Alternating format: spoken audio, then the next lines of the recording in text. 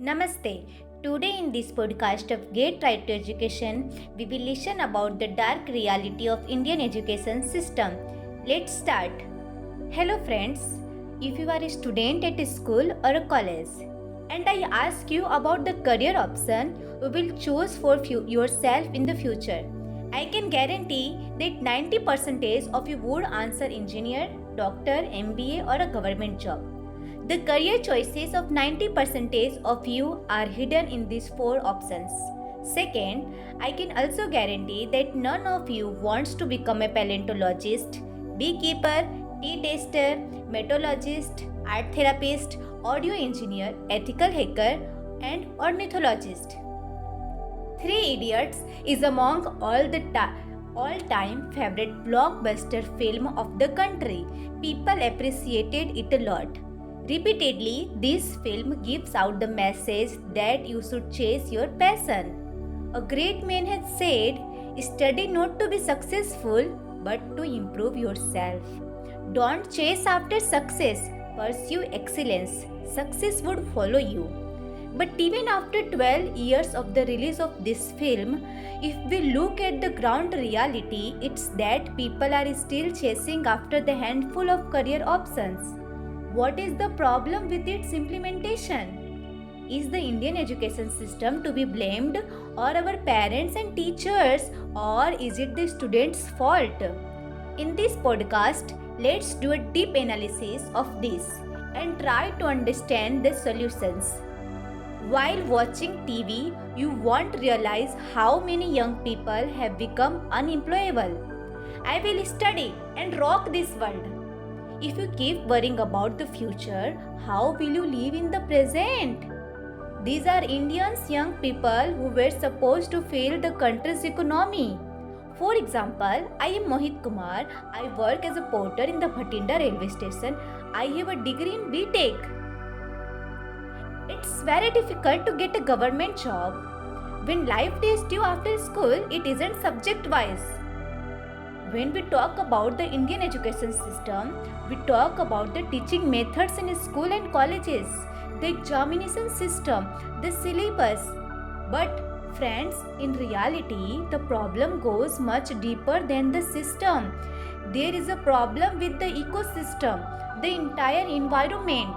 Let me use an example. In 2021, Indians spend an average of 5 hours every day looking at their phone's screen.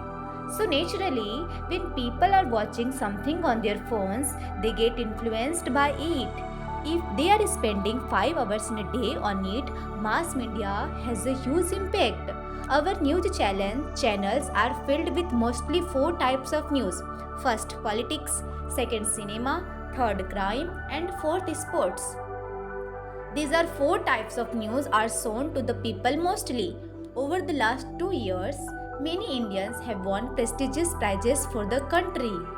Sonak Sen's documentary won the Best Documentary Award at this year's Cannes Film Festival. Delhi filmmaker Sonak Sen's big victory at Cannes 2022 artist and netizens hail young director. This was a historic moment of India, but instead of running this news, our media decided to focus on Aishwarya Rai's and Deepika Padukone's outfits on Cannes' red carpet. This year, Gitanjali Sri won the prestigious Booker Prize for novel read Samadhi. Gitanjali Sri translated into English Tomb of Sand by Daisy Rockwell. This was the first Indian language novel to reach the Booker's Prize nominations. Apart from this, but did you hear this in the news?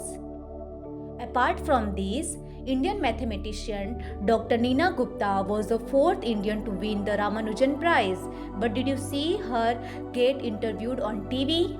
In 2018, Dennis Siddiqui and Adnan Abidi were the first Indian to win the Pulitzer's Prize for photography.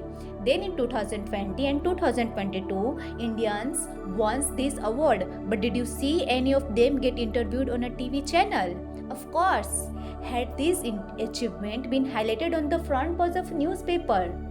Had the C winners been interviewed and talked about on a TV channel? Of course, it would have inspired more people. Young people would have felt passionate to choose filmmaking, photojournalism, literature, and mathematics as career options. But no, the news channels choose to run headlines about the videos that are going to viral.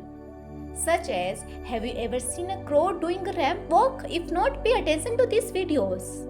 Tell me, does this benefit society in any way? We see the same things in the films. Films like Three Idiots are the exceptions. Normally, you will notice that the profession of the heroes of the films are limited to an army officers, a policeman. Sometimes it's a gangster. There will be scenes of gunfights and fist fights, and in some films they are businessmen or salesmen or sportsmen. But they don't go into the details of the business. You won't see professions such as ornithologist, beekeeper, or a sitar player in the films. And we lose out on another way the youth could have been motivated. If you see social media platforms such as YouTube and Instagram, you get to see what you are already interested in. The algorithms are designed in a way that if you interact with something, you are shown similar content or related content repeatedly. Unconventional career or jobs will not be recommended to you on these platforms unless you will have to search for these. If you take the mass media influence into account, the career choices that you think you are making independently, perhaps that's not your career choice. Rather, it is the mass media conditioning that has been imposed on you and your lack of exposure. Basically, you aren't aware of the option available to you. The second factor here is the parents. Often parents make this problem worse. As far as we can remember, society has been telling us, even on WhatsApp forwards, that parents are always right. You would have seen the emotional WhatsApp forward how a person realized that their father was right all along. You realize it after you go through it. Good, well done, child. In this society, if you question your parents or disagree with them or anything, you are immediately labeled as a disobedient, unruled child. बदतमीज, संस्कार नहीं है क्या? But think about it, if every child's parents are smart and intelligent, the world would have been filled with smart and intelligent people. It can't possibly be that every student's parents are wise. This is why many parents see themselves as a figure of authority. Their child needs to obey them and treat everything they say as the truth. These parents often punish their children physically and emotionally. If the child disobeys them for even the littlest of things, they are punished. These parents believe that strict parenting is needed to raise good, disciplined, and well-mannered children who would become responsible and confident adults. But this isn't true. Several research papers have proven that authoritative parenting erodes the confidence and self-esteem of a child and causes a negative effect on their decision-making ability. This is not my opinion, rather it has been proven by research from all around the world. So, when such parents say that their child will be an engineer or that they have told their child to clear the UPSC exam anyhow or that they have already chosen a profession for their child, when the unconfident child listens to these statements with the low self-esteem, the child cannot question the parents. This is why choosing an unconditional career is not even an option, because the parents do not want an unconventional career. These parents think that since the world was a certain way when they were young, they know what the right career options would be, what the stable career choice would be. However, they forget to keep themselves updated with time. As a result, even after 30 years of liberalization of the Indian economy, government jobs are the most demanded. Over the last 8 years, 220 million applicants for government jobs were made in our country, while only 7,22,000 jobs were actually available. The ratio is 1 in 300. For every 300 people applying, only one would get a job. Here I am talking about the central government jobs only. Here you are running in a race with 300 people at the standing line. Imagine that 300 people would be running, but only the first person would get a job. Everyone that comes second or third, they get nothing. All but one lost the race.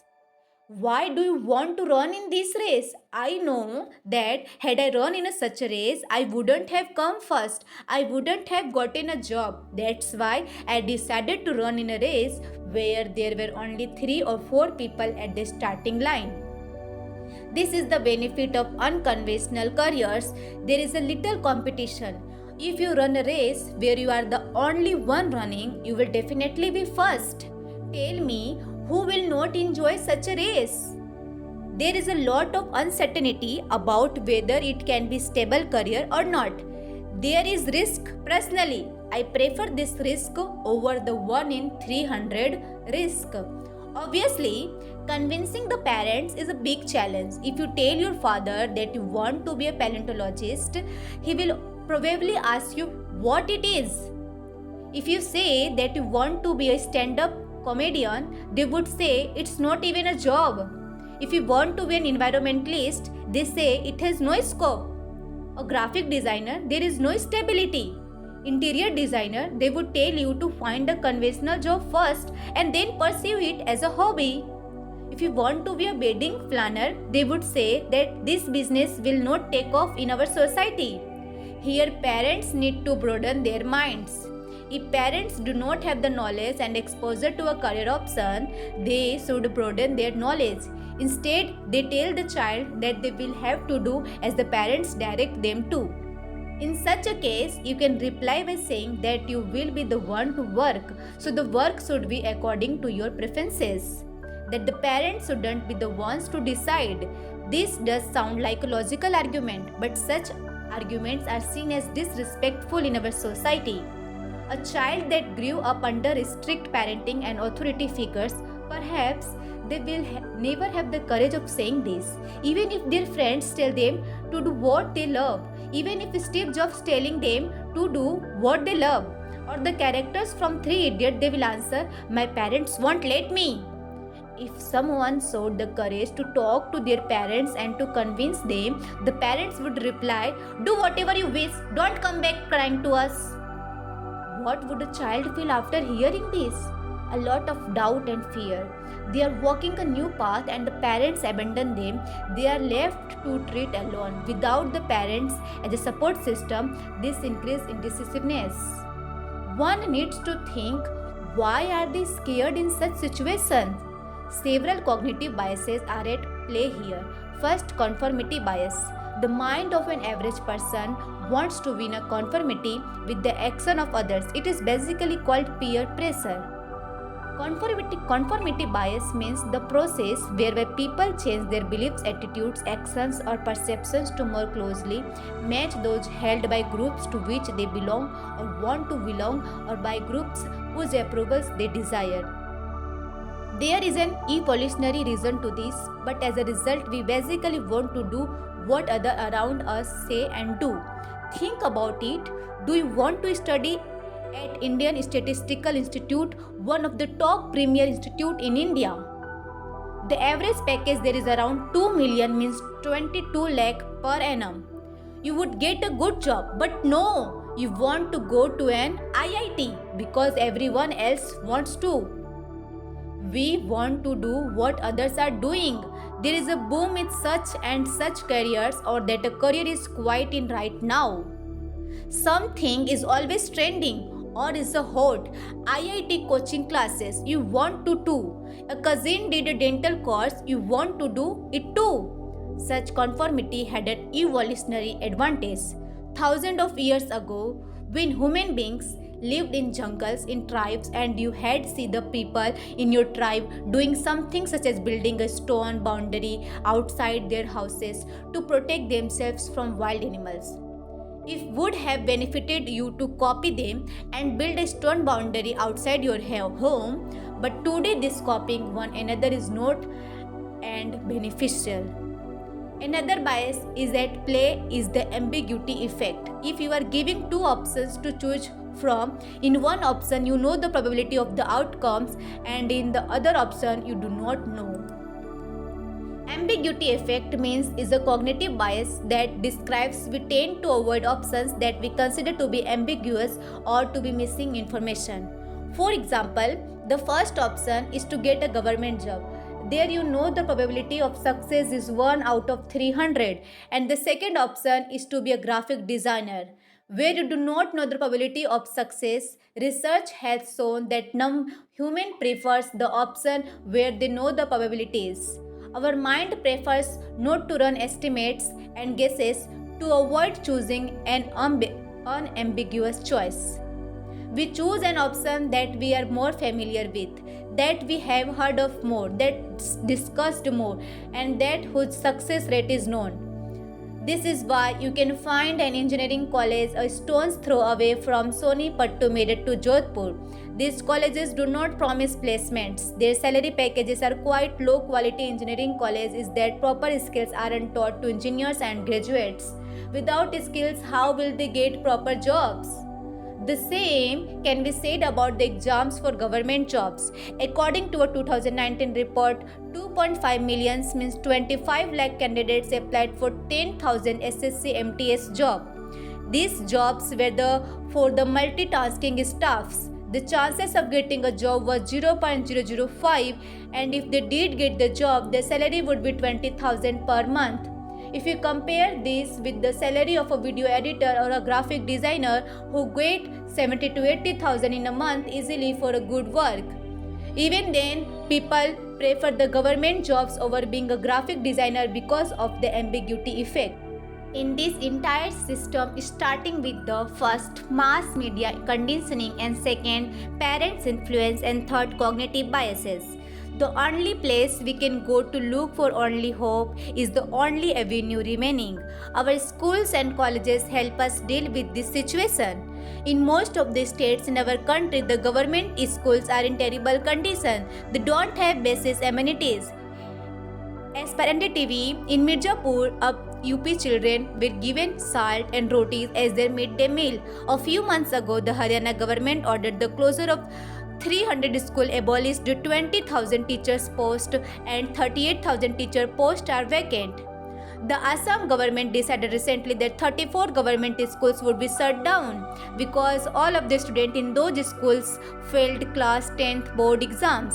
It shows that instead of improving the schools, government are closing down. But anyway, you can go to a private school. If you think private government schools are so bad, how do private schools fare? Friends, in most places, you will still see the respecting the authority mindset in schools. Their teachers are seen as figure of authority. At homes, parents are the figure of authority, and at school, at teachers. Whatever teacher says, you have to believe it to be the truth. Children have to stand in a straight line, wear the same uniform, make no noise. Boys should have short hair, girls with long hair need to have it tied. You should strive to impress the teachers.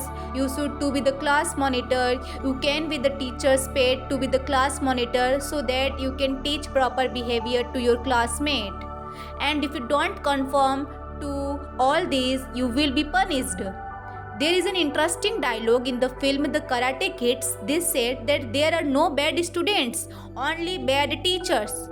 No such thing, bad student, only bad teachers. But do most teachers realize this? Teacher enter, no notice, full insult. Your mother's, father's manners this? Students are punished for not doing their homework, for making noise, for coming late to schools, for not wearing school's belt even. I need a month-long break from schools. At places, physical punishments are also seen, even though it is illegal in our country, but it continues in many places. This has been revealed in several news reports and surveys. If not physical violence, teachers take to mentally humiliate their students. Students are made fun of in front of the entire class. There is a naughty child. This is a naughty child. He doesn't use his brain. What will he do when he grown up? We are fed up of the child. At home, strict parenting damages the child's self-esteem, and school, तुम्हारा कुछ नहीं हो पाएगा. पढ़ाई छोड़ के भैंस चराओ. भैंस Teachers do their best to crush all remaining pieces of it. A student growing up in this environment looks at others to follow the commands. Master ji जैसा आप बोलो वही सही. They cannot make a decision for themselves and they are left with self-doubt if they even try to. But if we assume that the child was blessed with supportive parents and teachers, the next problem here is the curriculum of a school. The biggest problem with the school curriculum is that various career options aren't explained well. Children aren't given that exposure. For example, in how many schools textbooks or assignment have you come across journalism, video game designer, video game tester, actuary, anthropologist, logo designer, professional school social worker, event management, and many such careers. Take a career as a geologist. At school, we have the subject geography. In it, there are chapters that teach geology on the composition of Earth. The various teachers, such as volcans, magma, we are taught this. But have you ever thought that you could become a geologist or paleontologist or an archaeologist? In maths books, you come across chapter data, graphic, histograms, pie charts, standard deviation, median, etc. But you have ever thought that you can become a statistician? We are also taught biology as a subject in school. But have you ever thought that you can grow up to an botanist, horticulturist, environmentalist, zoologist? Perhaps not. Because teachers forget to relate the syllabus with the real world. Building a connection between the school's textbook and career is missing. Perhaps schools do not inspire creativity. A famous dialogue from the film, A Beautiful Mind, says, "Classes will dull your mind, destroy the potential for any creativity." Employment doesn't refer to job only, includes entrepreneurship as well. But how much do school teach you about entrepreneurship? You will find only a few examples, if any. Recently, entrepreneurship mindset was included as a subject in school in Delhi, but it generally not so in the rest of the country. Thankfully, these issues are discussed all across the world now. The isn't an India-specific problem. There is a famous TED talk by Ken Robinson, "Do school kill creativity?" Now, I don't mean to say that being wrong is the same thing as being creative. What we do know is if you are not prepared to be wrong, you will never come up with anything original. If you are not prepared to be wrong, and by the time they get to be adult, most kids have lost the capacity. They have become frightened of being wrong. We run our companies by the way we stigmatize mistake. And we are now running national education systems where mistakes are the worst thing you can make, and the result is we are education people and out of the creative capacity. Picasso once said this. He said that all children are born artists. Film have also been made on this in our country, such as Tare Zameen Par, Hichki, shows how education can be made better. Learning is made into an interactive, enjoyable experience. So yes, there are some places where we see these ideas have not become mainstream yet. Now let's talk about the solutions. I know that not everything is in your control, but you can influence that which is in your control, such as mass media. Don't chase after the most viral video on YouTube. Try to look for the various career options yourself. See the videos of archaeologists excavating, the Rakhi Gargi excavation site. When you watch films and stories on Netflix, instead of watching the popular content that are discussed everywhere, watch something different. You will find brilliant documentaries on ecology, anatomy, archaeology, history, space, investigative journalism, coding, psychology, religions, and such topics. You will need to take some initiative yourself because, as I told you, algorithm will show you that you are most likely to interact with. Parents will have to change a bit. Parents have to understand that by behaving strictly with children, they have a negative impact on the growth of their children. They will have to take initiative and gain exposure to various career options so that they have the knowledge to better guide their children. The children aren't the only ones are responsible for this. Parents should try to do this so that their mindset can be updated with time. The third role there is the teacher and the schools. They will need to understand this, and the schools have to try to come up with the ways to stimulate creativity, ways in which career counseling can be a part of schooling. Private and government schools need to take some initiative. Even if the curriculum doesn't change, they can appoint a career counselor at a school. It is commendable that some schools are done this already. If they don't want to do this, or maybe they can't, they can have a 3 days career counseling workshop for the student in class 10th, when a guest speaker can come in and tell the students about the various career options. It is very important to bring about a change. This isn't just about the child's future, not just about their career and salary. This is about the development of our country too. In most of the developed countries, you will see all kind of profession and career are given equal importance. When you can see the citizen of a country working in all kinds of professions, only then can there be a holistic development of our country. Friends, this podcast is very special to me because this is a topic that I have been thinking about for years. I understand this problem and asked myself, how can I deal with this problem? And then I came up with the ideas of creating such a video in which various unconventional careers can be discussed. The actual scope of these jobs, how can you pursue these careers? Things that you will need to study them, things that you will need to do, and the salaries you can expect. These nothing are not discussed, but those who are doing these unconventional jobs know the most about them. So I thought about creating such videos, talking to such people and learning from them to give you knowledge of it. जरा हटके रहो डट के, जरा डट के रहो हटके, job करो जरा हटके.